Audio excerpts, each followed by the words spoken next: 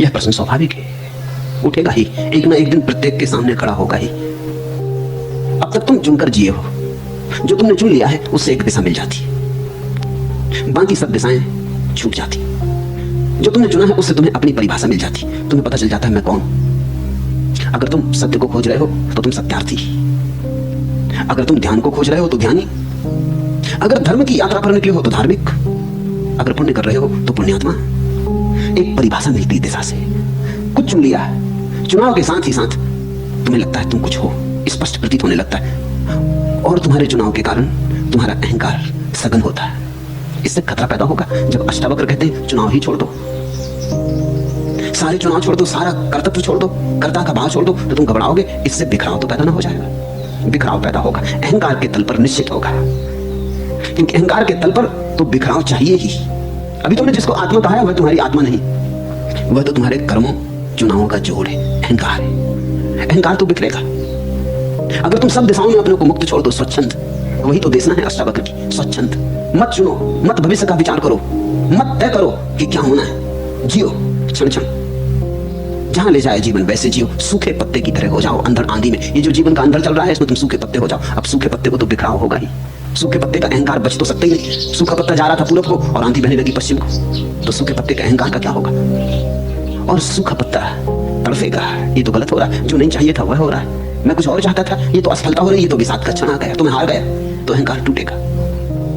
और सूखे पत्ते इतने चालाक भी नहीं कि अपने अहंकार को बचाने के लिए नई नई तरकीबें खोजते रहे। आदमी तो बड़ा चालाक है। मैंने सुना मुल्ला नसरुद्दीन एक राह से गुजर रहा था और एक बड़े पहलवान जैसे दिखाई पड़ने वाले आदमी ने जोर से उसकी पीठ पर धक्का मारा, धौल जमा दी, वो चारों खाने चित्त जमीन पर गिर पड़ा।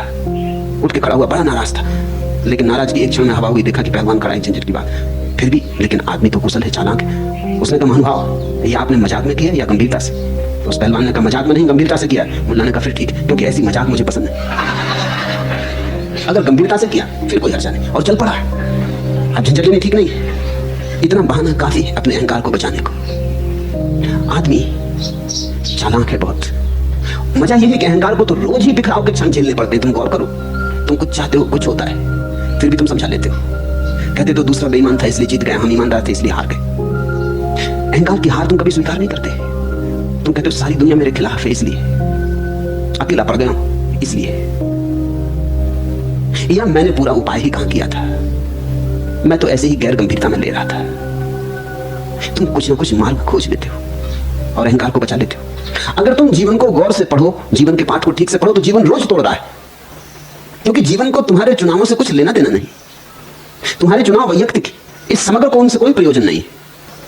तुम्हारे चुनाव अगर कभी कभी हल भी हो जाते हैं तो संयोग समझना, ये संयोग की बात है कि तुमने कुछ ऐसी बात चुन ली जिस तरफ अस्तित्व अपने आप जा रहा था, बस भाग्यवशात बिल्ली निकलती थी और चीका टूट गया।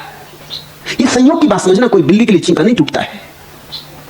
ये बिल्कुल संयोगिक था कि तुमने चुन ली ऐसी बात जो होने जा रही थी। लेकिन जब तुम्हारी चुनी हुई बात हो जाती तब तुम बड़ी अकड़ से भर जाते हो, देखा, करके दिखा दिया। और जब तुम्हारी बात टूटती, और तुम्हारी बात 100 में 99 मौकों पर टूटती, क्योंकि संयोग तो कभी 100 में एकाध हो सकते हैं, अपवाद हो सकते हैं, उन 99 मौकों पर तुम कुछ ना कुछ तर्क जाल फैला के अपने को समझा लेते हो, कहीं दोष देके किसी तरह अपने को निवृत्त कर लेते हो। जीवन को कोई ठीक से देखेगा तो अहंकार निर्मित ही नहीं हो सकता, बिखराव का तो सवाल ही दूर है। और अगर तुमने अष्टावक्र की बात मानकर चुनाव रहितता का प्रयोग किया तो निश्चित बिखराव होगा। लेकिन एक बात ख्याल रखना, तुम्हारा नहीं है बिखराव, तुम्हें जैसा परमात्मा ने बनाया है वैसे का तो कोई बिखराव नहीं है। परमात्मा ने तुम्हें अहंकार शून्य बनाया, अहंकार तुम्हारा ही निर्मित किया हुआ है, वही टूटेगा। जो तुमने बनाया है वही टूटेगा, जो तुमने नहीं बनाया है वो कभी टूटने वाला नहीं। हाँ, अहंकार बिखर जाएगा, और जब अहंकार बिखरेगा तभी तुम्हें आत्मा का पहली दफे पता चलेगा, और वही वास्तविक बात है। तो पूछते हो, ठीक पूछते हो, कि तब क्या विक्षेप रहितता की अवस्था में जीवन के बिखराव का खतरा नहीं खड़ा होगा? अष्टावक्र कहते हैं कि ज्ञान की जो परम अवस्था है विक्षेप रहित है। विक्षेप रहित का अर्थ होता है वहां कोई डिस्ट्रैक्शन नहीं।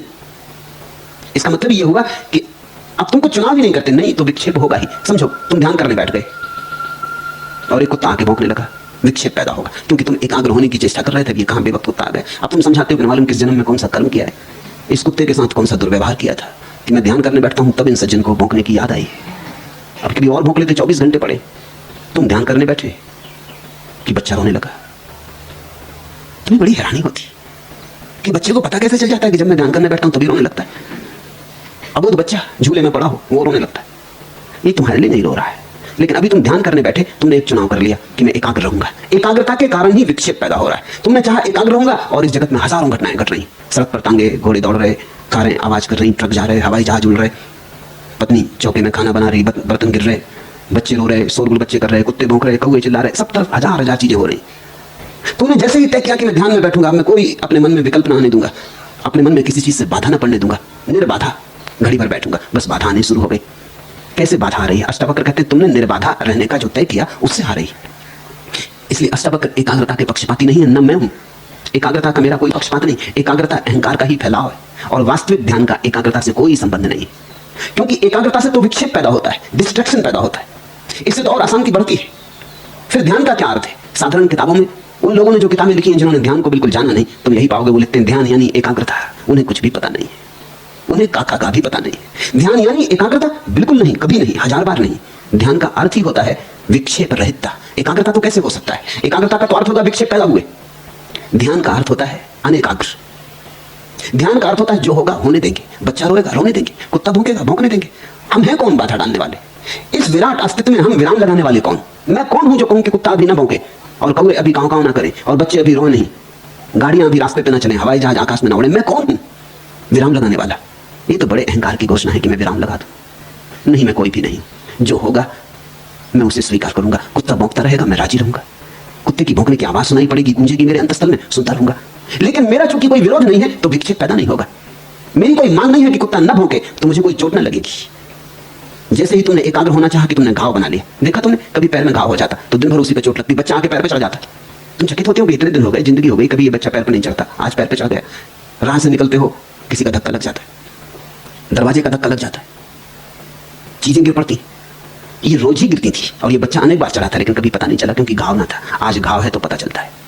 कोई ऐसा थोड़ी कि तुम्हारा घाव देख के सारी दुनिया तुम्हारे पैर पे गिरी पड़ रही है। घाव का किसी को पता नहीं है। जब तुम एकाग्र होने को बैठ गए और तुमने चेष्टा की, बस घाव पैदा हो गया। अब छोटी छोटी चीजें बाधा डालने लगेंगी। तुमने ख्याल किया होगा, ध्यान करने बैठो, कहीं चींटी सरकने लगती, अभी तक नहीं सरक रही थी, जिंदगी भर नहीं सरकी थी, कहीं खुजलाहट उठती, कहीं लगता है कि सिर में कोई चींटी चढ़ गई, कहीं पैर सो जाता है, हजार काम एकदम शुरू हो जाते हैं जैसे सारा संसार तुम्हारे ध्यान के विपरीत। ध्यान के विपरीत नहीं, एकाग्रता के विपरीत है। संसार विपरीत है ऐसा कहना ठीक नहीं। एकाग्रता में तुमने संसार के विपरीत होने की घोषणा कर दी। एकाग्रता की चेष्टा में तुमने कह दिया मैं दुश्मन हूं। तुमने कह दिया कि मैं नहीं चाहता न चींटियां चले, न हवाएं चले, न पक्षी बोले, न रास्ते पे कोई चले, न बर्तन गिरे। तुमने सारी दुनिया को कह दिया कभी मैं ध्यान कर रहा हूं, सब ठहर जाए। तुमने घोषणा कर दी विपरीत की। विक्षेप पैदा होगा, हजार हजार विक्षेप पैदा होंगे। इससे सिर्फ क्रोध पैदा होगा, अशांति पैदा होगी। ध्यान का वास्तविक अर्थ है अनेकाग्रता, नॉन कंसंट्रेशन। शांत होके, शिथिल होके बैठ गए, जो होता है होता है, स्वीकार कर लिया। इस स्वीकार की दशा में एक चीज बिखरेगी, वो अहंकार है, और एक चीज संभलेगी, वो तुम हो। एक चीज जाएगी, अहंकार है, एक चीज आएगी, तुम जाओगे, परमात्मा आएगा, या तुम्हारा झूठा रूप जाएगा और तुम्हारा वास्तविक रूप आएगा।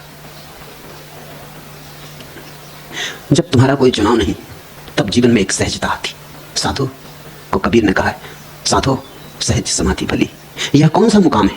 फलक नहीं, जमी नहीं, कि सब नहीं, शहर नहीं, कि गम नहीं, खुशी नहीं, कहां यह लेके आ गई हवा तेरे दयार की। अगर तुम ऐसे चुप होकर बैठ गए, अनेकाग्र होकर बैठ गए, तो एक दिन पाओगे यह कौन सा मुकाम है? फलक नहीं, जमी नहीं, कि सब नहीं, शहर नहीं, कि गम नहीं, खुशी नहीं, कहां यह लेके आ गई हवा तेरे दयार की। तुम ही थे मेरे रहनुमा, तुम ही थे मेरे हमसफर, तुम ही थे मेरी रोशनी, तुम ही ने मुझको दी नजर। बिना तुम्हारे जिंदगी समा है एक मजार की। तुम छोड़ दो अपने को परमात्मा के हाथों में। निश्चित कुछ बिखरेगा, जो बिखरेगा वो बिखरने ही के लिए, बिखरना ही चाहिए। वो बिखरे यही शुभ है, और कुछ संभलेगा। जो संभलना चाहिए वही संभलेगा। अभी गलत तो संभला है, सही सोया है। गलत को जाने दो ताकि सही जाग सके, और सही तभी जागता है जब गलत हट जाए। असार को असार की तरह देख लेने में सार का जन्म है। असत्य को असत्य की तरह पहचान लेने में सत्य की पहली किरण है।